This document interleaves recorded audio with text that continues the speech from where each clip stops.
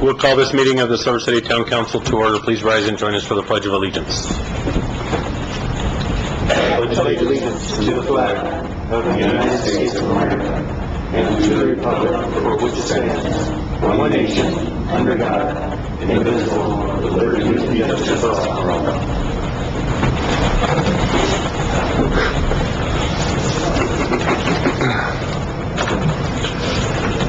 There's nothing under ceremonies, nothing under proclamations, no way signed up for public input, so we'll move right on down to council comments. Councilor Bettison, would you like to start? Thank you, Mayor.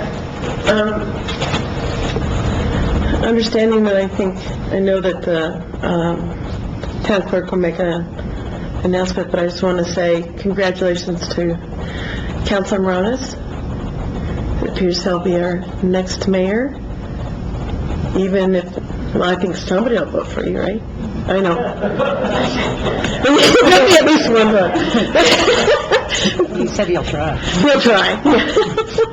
And I want to congratulate everyone else that has put in to be a candidate. I know that there's contested races in Council District 2 and also for the municipal judge. So, and also want to congratulate Guadalupe Cano, who will probably be our next counselor in District 4. So just congratulations, and I will save my comments, positive and comments regarding the mayor and how much I've enjoyed serving with him until our final meeting in February. Thank you. Councilor Cook. No comment, Mr. Mayor. Thank you. Councilor Rick. No comment. Thank you. Councilor Morones. No comment, Mr. Mayor. Thank you. So, I don't want to ruin a good thing. We'll move on. Are there any changes to the agenda? No, sir. No, sir. Hearing none, the agenda is approved. We'll move on to approval of minutes of the regular meeting of December 10th, 2013. Mr. Mayor. Councilor. I move to approve the minutes of the regular meeting of the Town Council of December 10th, 2013. I'll second it. There's a motion and a second to approve. Is there any discussion? Hearing none, there's a motion and a second, no discussion, to approve the minutes of the Town Council meeting of December 10th, 2013. All those in favor signify by saying aye. Aye. Any opposed? Motion carries. Next item on the agenda is approval of minutes of the regular meeting of the Town Council from December 16th, 2013. Mr. Mayor. Councilor. I move to approve the minutes of the regular meeting of the Town Council of December 16th, 2013. Is there a second? Mr. Mayor, I second that. There's a motion and a second. Is there any discussion? There's a motion and a second to approve and no discussion. So we're approving the minutes of the regular meeting of the Silver City Town Council from December 16th, 2013. All those in favor signify by saying aye. Aye. Any opposed? Motion carries. The next item on the agenda is under reports. Silver City Arts and Cultural District and Tourism Director's Report by George Julian Dworin.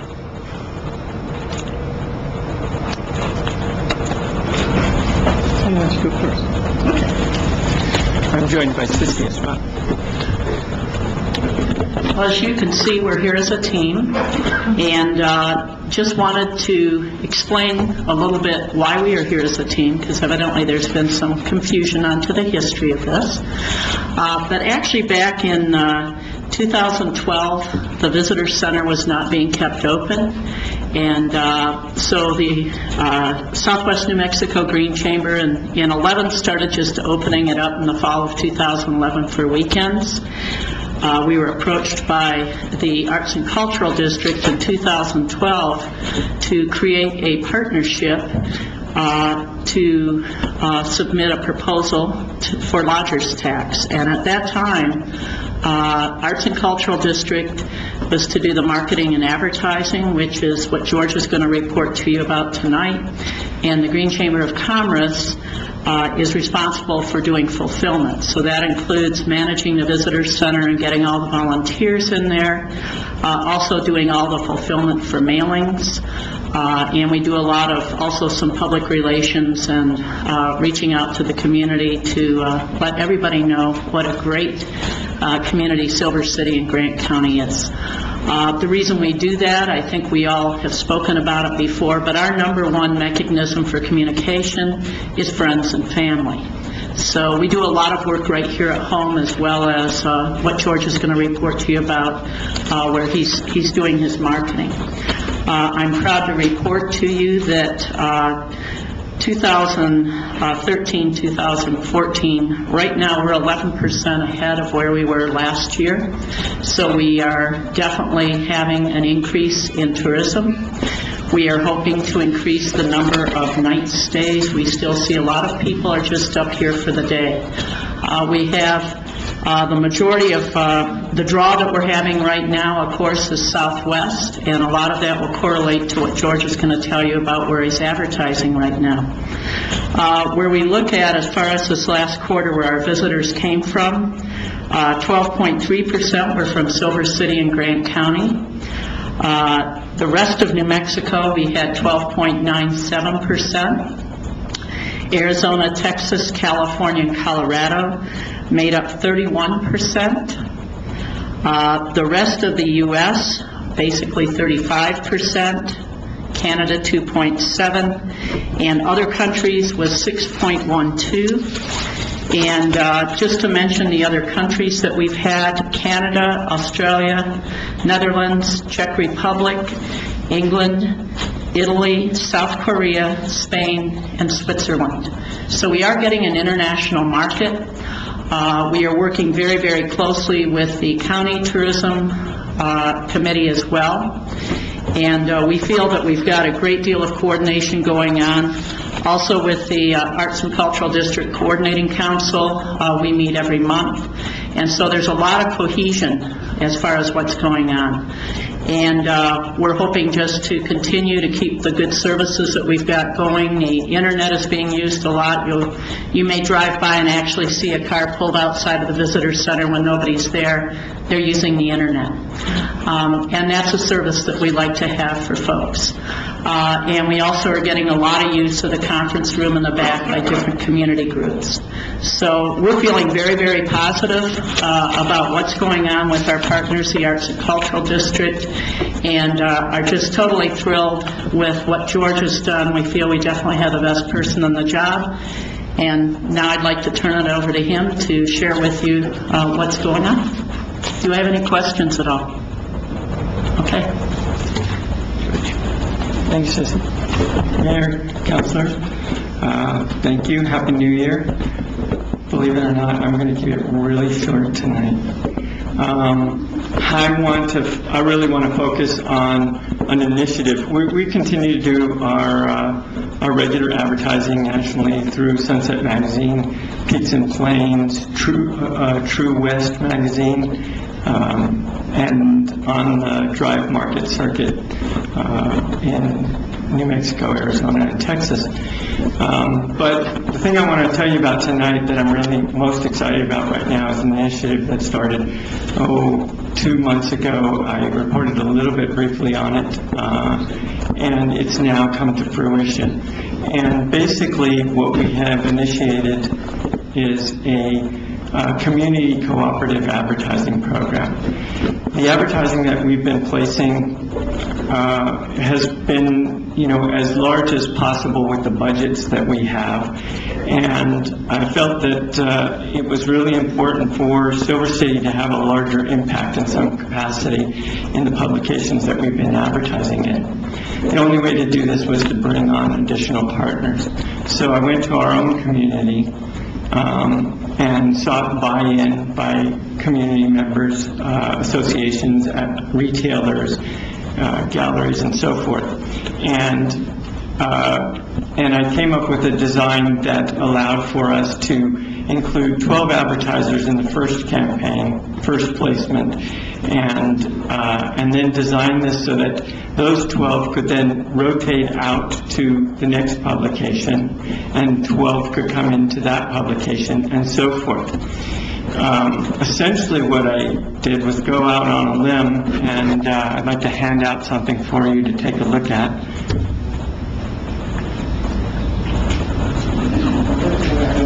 For everyone, and I'm going to pass everything back to the as well, but I will get you a copy.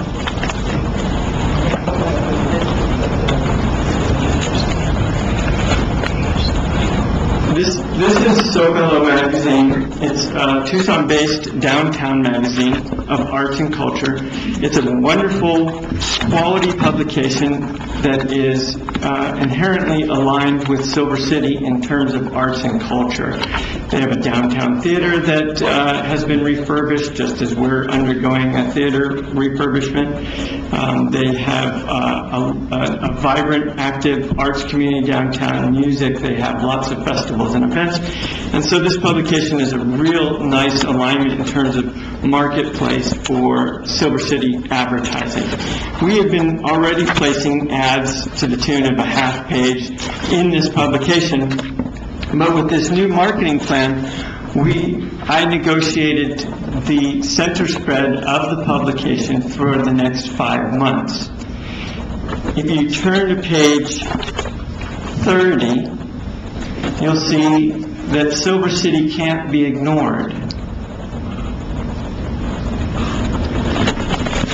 For all these can't see it.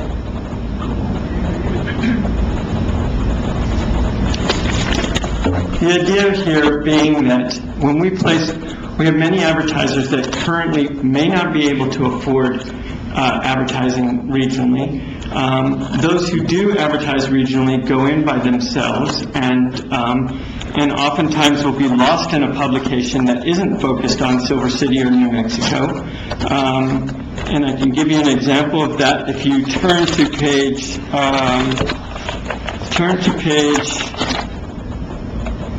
39,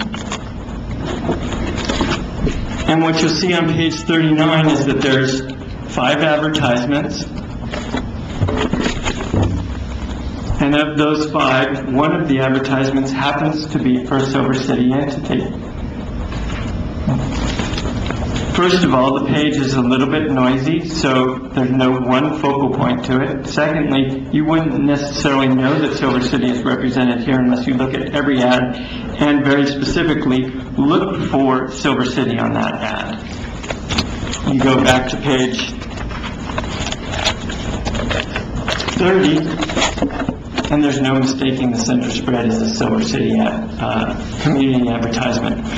The idea here is for impact advertisement. You can see on this advertising, we do not have a lot of logos, we do not have a lot of telephone numbers, we're keeping it extremely simple.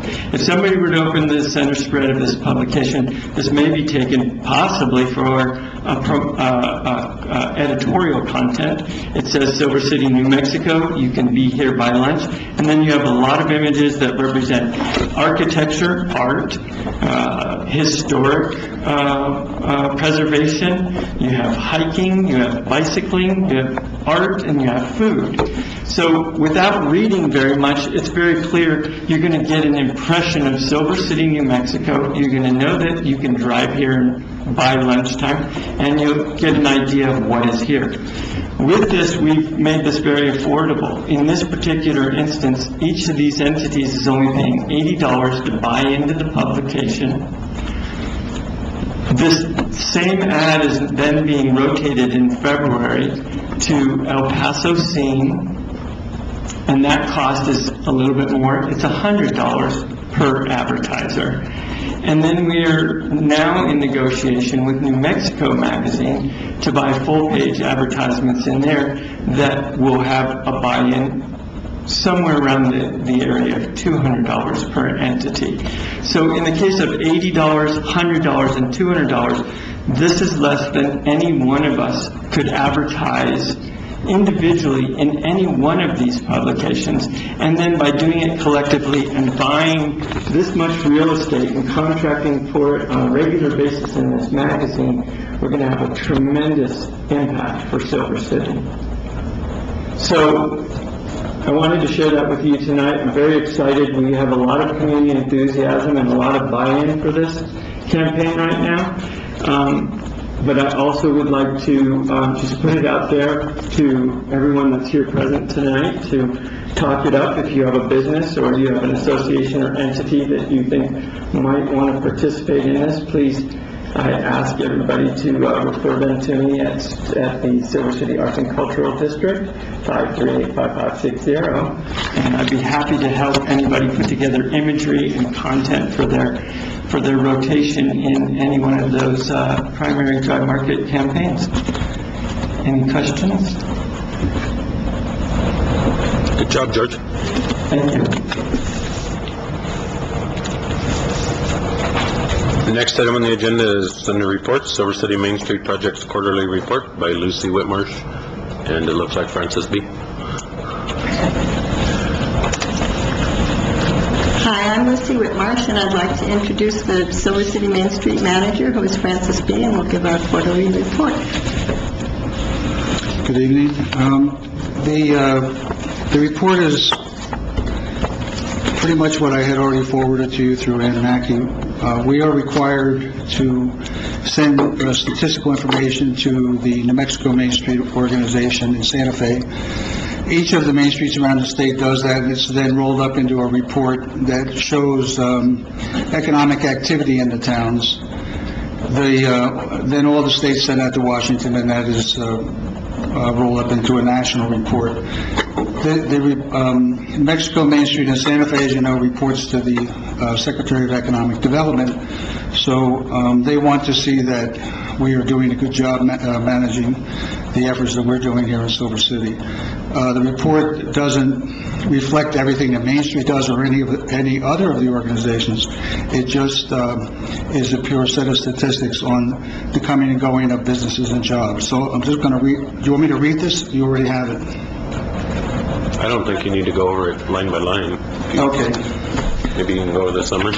Yeah, I mean, we haven't had a whole lot of activity in the quarter, and this report was filed early because it was filed in early December instead of rather than the end of December, because it was the end of the year.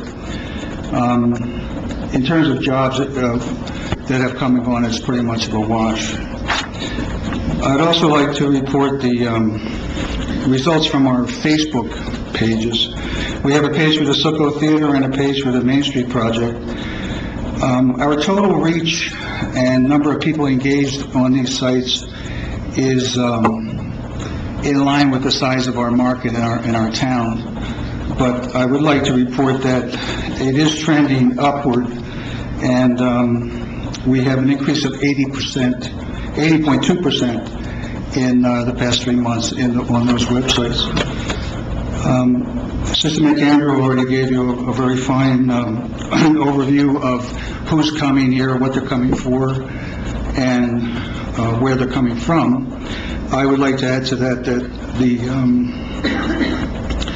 they have itemized the top 10 attractions for which tourists come to Silver City, and the historic downtown is the #1 attraction.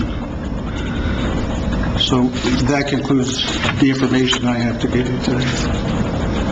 Do you have any questions? Any questions? Thank you. Okay. I just want to comment, several of you may know that I've been meeting with most of the nonprofit groups that operate in the arts and cultural arena and business, and part of it, Sissy covered very well some of the issues that have come up in that meeting, and some of the confusion may just be owned by me, but I thought it was important that we have full disclosure and make sure that there was transparency and understanding what groups are doing what and why. And the meetings have been very enlightening, and I think at the end we'll have a very decent document that we can pass on to our successors and make sure that as these groups go about their daily work, we identify gaps and we find people to fill the gaps, and any duplication is done by partnership with very deliberate, not just incidental and stepping on toes, and just making sure that we're all really truly working together. And I truly appreciate the time that all these people are are spending to one, educate me and improve the quality of this town. Thank you. The next up on reports is staff reports. Mr. Brown. Chief. Ms. Mackey. Yes, I'd like to report who our certified candidates are. Today was write-in day and nobody filed, and these candidates were certified last week. For mayor, we have Michael Sean Moronis. For councilor in District 2, we have Linda D. Amon Smith and Rebecca A. Spann. For councilor in District 4, we have Guadalupe Cano. For municipal judge, we have Sonia Ruiz and Benny G. Montez. And if you have any questions about elections, I can answer those if you've got any at this time. Any questions? Okay? We're good. Okay. Thank you. May I also report the openings we have on town boards and committees? You sure may. Okay. We've got openings on the Grant County Silver City Extraterritorial Subdivision Commission. We have openings on the Museum Board, the Incentive Review Committee, the Planning and Zoning Commission, and that's it. Thank you. Thank you. Good. Next on the agenda is a public hearing entitled Approval Disapproval of Transfer of Ownership and Location of Liquor License Number 0361 with Package Sales License Number 0361. Application number is A-894063. Applicant name is CVS Pharmacy Incorporated, doing business as CVS Pharmacy number 10449. Proposed location is 700 Silver Heights Boulevard, Silver City, New Mexico, 88061. The town council will serve as the hearing board, and as the mayor will be the presiding officer. Have any members of this hearing board had ex parte discussion with any person regarding the subject matter of this hearing, or had any communication from any party to this case? No, sir. Hearing none, you're all qualified. Will all parties and witnesses intending to testify, including those staff members who intend to present testimony or who will be available for questioning, please rise and come to the podium to be sworn in by the town clerk. If you have not been sworn, you will not be permitted to testify or otherwise participate in this hearing.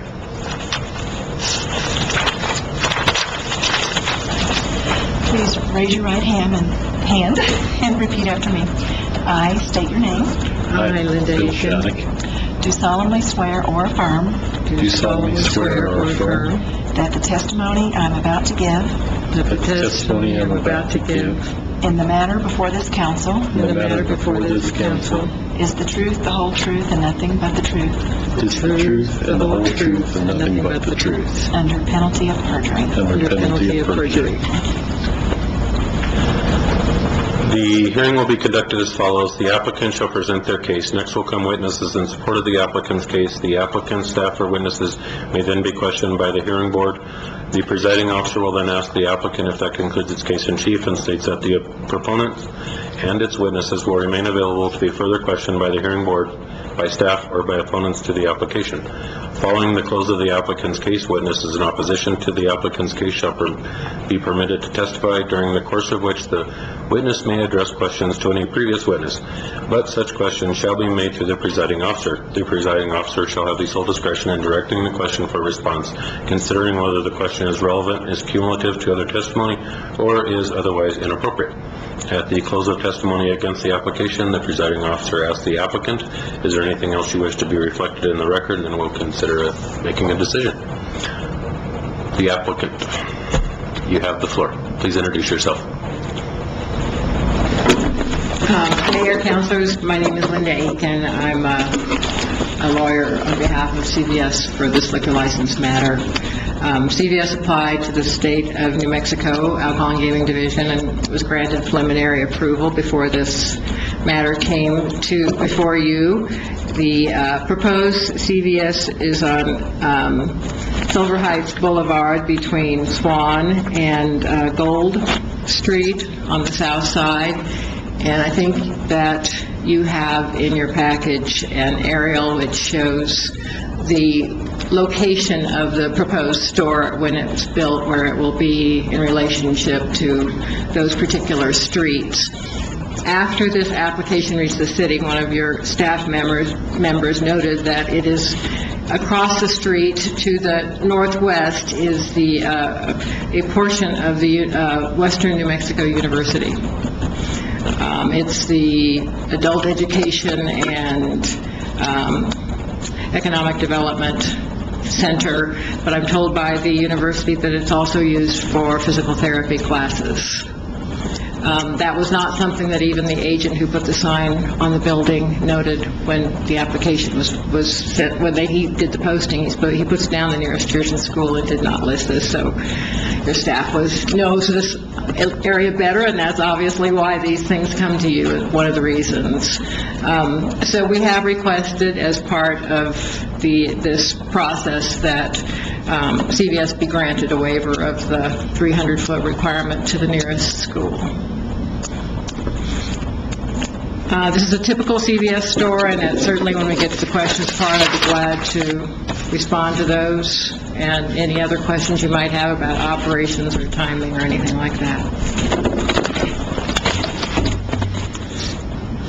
Any other witnesses in support of the applicant's case?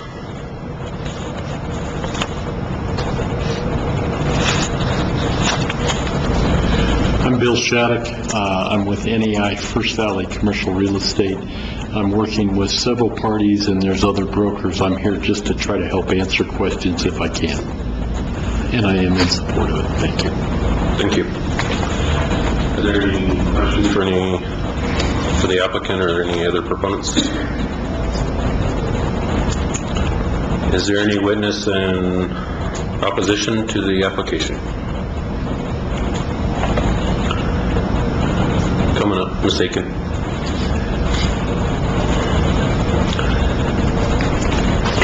There being no questions, does that conclude your case? Are there anything else you wish to be reflected in the record? And are you in agreement that our packet should be included in the record? Mr. Scavron. For the purpose of informing the public, Sure. would you describe the license that you're having transferred and what operations CVS will put towards that license? Certainly, Mr. Mayor, councilors, it will be a package business only.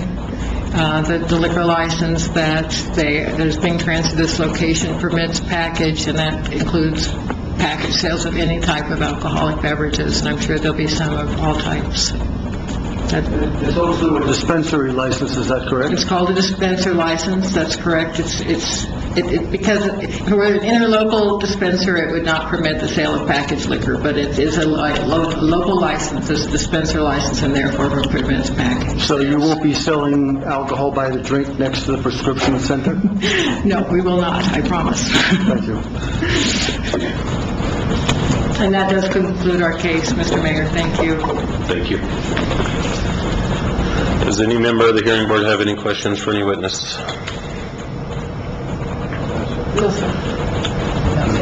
Hearing none, is the hearing board prepared to consider this application and render its decision? Yes, sir. Entertain a motion. Mr. Mayor, Counselor. I move for approval of transfer of ownership and location of liquor license number 0361 with package sales license number 0361, application number A-894063, applicant name CVS Pharmacy Inc., doing business as CVS Pharmacy number 10449, proposed location 700 Silver Heights Boulevard, Silver City, New Mexico 88061, with waiver from Western New Mexico University in accordance with 60-6B-10 NMSA. Mr. Mayor, I second the motion as stated. There's a motion and a second to approve the application. Is there any other discussion? There's a motion and a second to approve application of the transfer of ownership and location of liquor license number 0361 with package sales license number 0361, application number A-894063, applicant name is CVS Pharmacy Inc., doing business as CVS Pharmacy number 10449, proposed location at 700 Silver Heights Boulevard, Silver City, New Mexico 88061, with including the waiver of 60-6B-10 regarding Western's education. All those in favor signify by saying aye. Aye. Any opposed? Motion carries.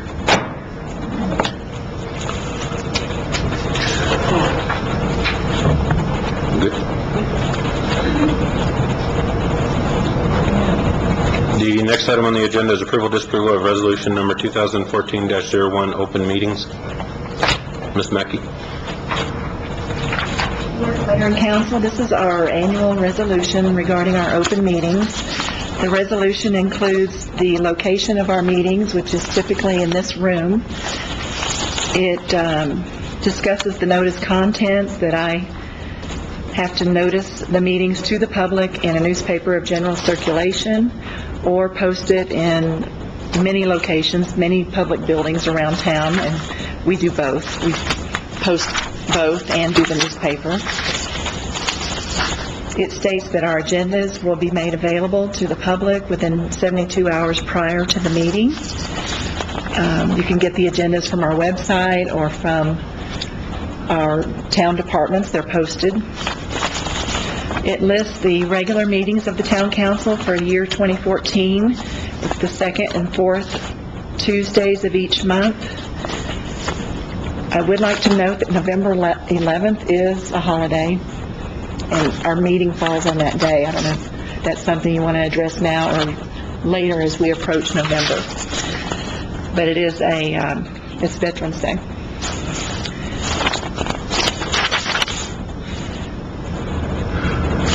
Did I miss something? Okay.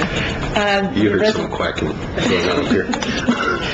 The resolution discusses our special meetings, how they also have 72 hours notice to the public. Emergency meetings, however, do not, of course, as an emergency. Other meetings would be our board and commission, committee meetings. They also give the public 72 hours notice.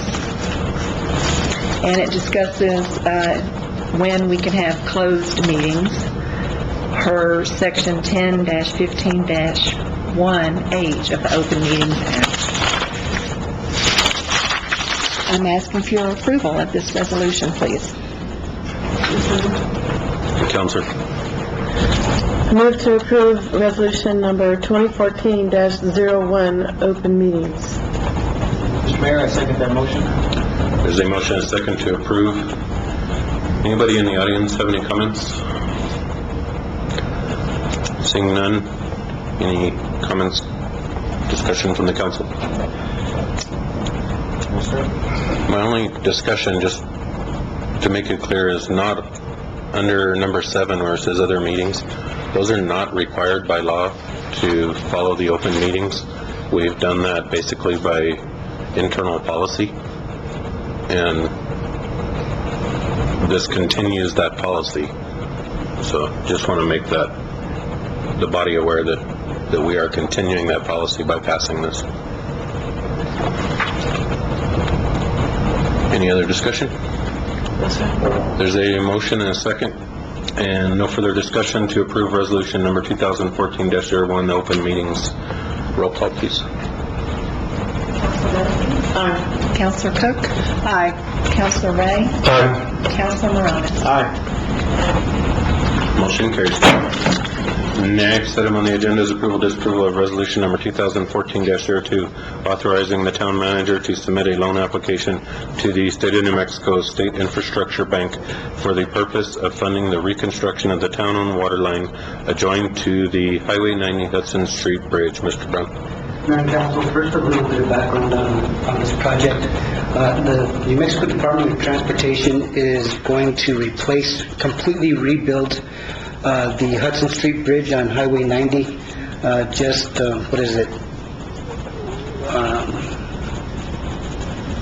west, I guess, of the strip mall there. But, and we have a 12-inch water main that is suspended from the bridge currently. And since the bridge is property of the Department of Transportation, and we have an easement for that water line, since they are doing the reconstruction, we have to pay for the reconstruction of the water main when it's rebuilt. And the Department of Transportation policy currently states that, requires that any of the water main or anything that's in the easement has to be bid as part of the entire project. So the water main reconstruction will be done by the company that is awarded the bid by the Department of Transportation. Policy also requires that we front the money for it. So because the Department of Transportation does a lot of these projects all over the state, and it requires, and it puts a lot of communities in undue burden. They've set up this state infrastructure bank so that you can borrow the money for the reconstruction when you need to, if you don't have the money. We could front the money, but I felt that since it's a 0% loan, it would be better for cash flow and the rest of it, that we borrowed the money, and then I believe the estimate for the reconstruction is $160,000, but we're looking to borrow up to $190,000 just in case the bids come in a little bit higher than the engineer's estimate. So with that, the loan that I've applied for, that we're going to apply for, is for 3 years, to spread it over 3 years. The total budgeted construction cost for the project is over $12 million. So the gross receipts alone are going to be in the range of $397,000. So we'll be able to pay for the water line out of the gross receipts if necessary. But the repayment will be actually out of the water sewer fund through some of the reserves that we've been built into the rate structure this last year. Councilor Bedison? So, the request is for $180,000, or as in... It's up to $180,000. Yeah, because it says up to 100, but you had said 190, so I wasn't quite sure which one we were... No, the estimate for reconstruction is $160,000. No, the gross receipts taxes that we will receive from the construction of the entire project is $397,000.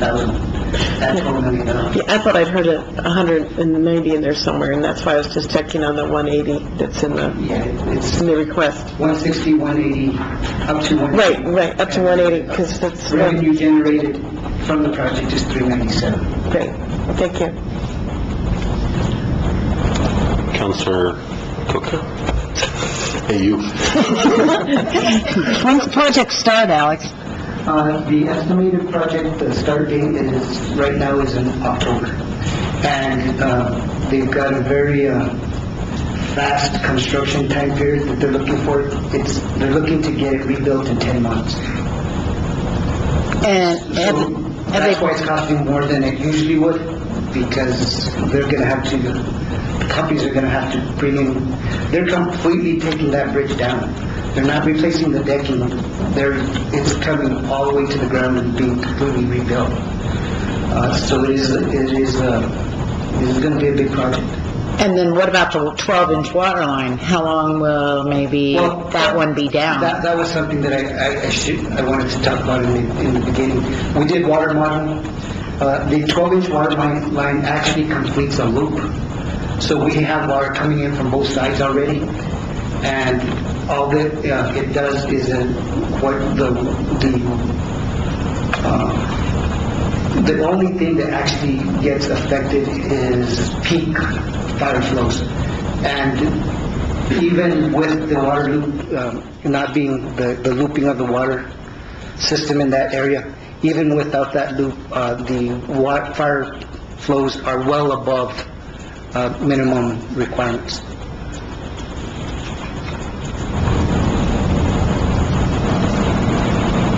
Where's the traffic gonna go? There, the main bypass is supposed to be the around through 180, the truck bypass.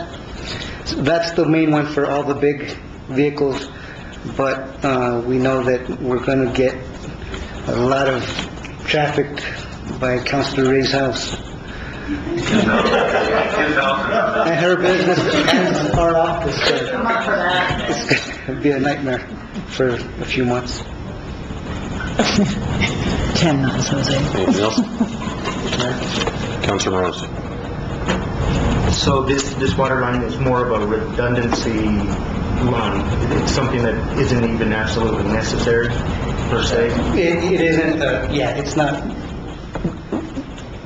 necessary completely, but it is, from one side, the side that's west of the bridge is supplied with water from the cemetery tanks, and from the other side, they're getting water from the chloride tanks. So it just meets there and keeps things going. Efficiencies and such. Yes.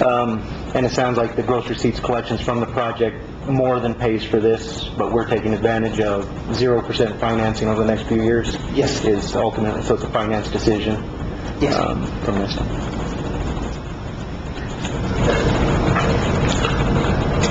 Councilor Ray. Mr. Brown, are you going to take out the speed bumps on Cooper? I've been asked that question. I'm not gonna. I don't know that we would want to. I mean, I think, we might even look at doing a little traffic impact analysis, see what the state's done as far as their traffic impact analysis, so that they've already done it, the traffic impact analysis. Maybe we need to look at it and see what changes, temporary changes we might need to do in those areas, because it is going to be affected. What I'm really worried about is that intersection at 90 and Cooper. It's already a dangerous intersection. Well, it might not be, because you won't be getting the through traffic because of the bridge. But, we do need to look at those things. Peter? With all due respect, we're way off topic here. The resolution we're discussing is actually how do we finance the moving of the water line. Just to remind everybody, there has been several public meetings, and those can continue. If there's other discussion to discuss the impacts of changing traffic patterns on the project, I think we can refer those back to the normal process. Yeah, and I'd be happy to put something on the agenda so Robert and Peter, who are part of those meetings, can answer more in-depth questions for you. I'll be happy to sign that for a March meeting.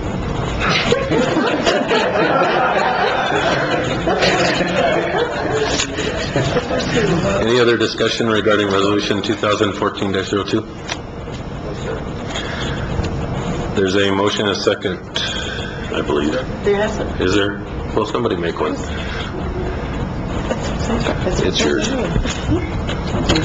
Mr. Mayor, I move to approve a resolution number 2014-02, authorizing the town manager to submit a loan application to the State of New Mexico State Infrastructure Bank for the purpose of funding the reconstruction of a town-owned water line adjoining to the Highway 90 Hudson Street Bridge. Mr. Mayor, I second that motion. There's now a motion and a second to approve Resolution 2014-02, authorizing the town manager to submit a loan application to the State of New Mexico State Infrastructure Bank for the purpose of funding the reconstruction of the town-owned water line adjoining to the Highway 90 Hudson Street Bridge. Any other relevant discussion? No, sir. Hearing none, roll call, please. Aye. Aye. Counselor Cook? Aye. Counselor Benson? Aye. Motion carries. Next item on the agenda is appointment to the library board, and if there's no objection from the council, and we have received recommendation, and I concur with the chair of the library board that David Krish is qualified candidate, and if there's no objection, he'll be duly appointed. Hearing no objection, he is appointed. The next item on the agenda is appointments to the cemetery board. And once again, we have a recommendation from the chair of the cemetery board that we reappoint Carl Scholl and Elizabeth Miller, who made the recommendation for herself. And I find these candidates to be qualified and a benefit to the committee, the board. If there's no objection, they'll be appointed. No objection. No objection. Hearing no objections, they are appointed. The next item on the agenda is discussion and vote on whether to cancel or change the regular council meeting scheduled for January 28th, 2014. Is there any business planned for the 28th? None specifically to the 28th that requires the 28th, but we do need a meeting in January. I do have election workers that need to be approved in January. And we have a bid. Yes, we have a bid for the Blackhawk sewer line, and then we were planning on starting to do additional presentations on the public safety tax.